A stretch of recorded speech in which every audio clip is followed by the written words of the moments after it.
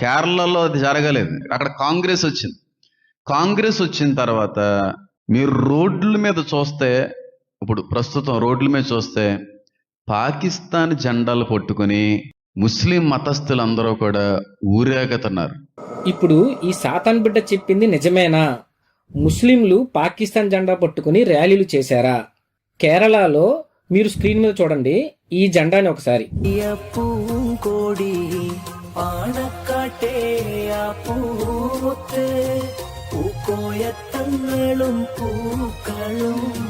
നമ്മൾക്കായി നൽകിയ പൂങ്കോടി മാറട്ടെ വാനോളം ഈ കൊടി.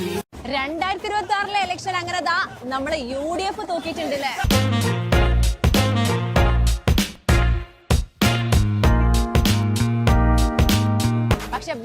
ఇది IUML పార్టీ, ఇండియన్ యూనియన్ ముస్లిం లీగ్. ఈ పార్టీకి సంబంధించిన అధికారిక జెండా ఇది. ఈ పార్టీ కేరళలో 22 స్థానాల్లో గెలుపొందారు. కేరళలో ఈ పార్టీ UDF అనే కూటమిలో భాగం అన్నమాట. ఇక్కడ ఆంధ్రాలో ఎలాగైతే NDA ఉందో అదే విధంగా కేరళలో UDF.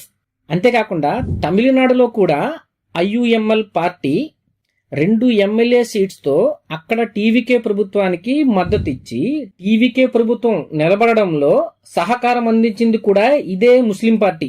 IUML నుంచి 2 MLAలు విజయ్ కు సపోర్ట్ చేస్తున్నారు.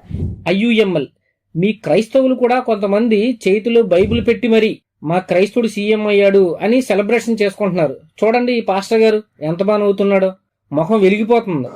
కానీ ఈ సాతాన్ బిడ్డకి ఏమీ తెలీదు. ఆ వాట్సాప్ యూనివర్సిటీ ద్వారా సోషల్ మీడియాలో ఏం కనిపెడితే దాని మీద పిచ్చి పిచ్చిగా వాగడం తప్ప ఏమి తెలీదు. నోరు విప్పితే అబద్ధాలు. ఈ సాతాన్ బిడ్డకి ఇండియాలో ఉన్న పార్టీ జెండాకిని పాకిస్తాన్ జెండాకిని తేడా తెలీదు. నోటికి ఏం వస్తే అది వాగడమే. ఇదిగో ఇది డిఫరెన్స్, తెలుసుకోవయ్యా బాబు.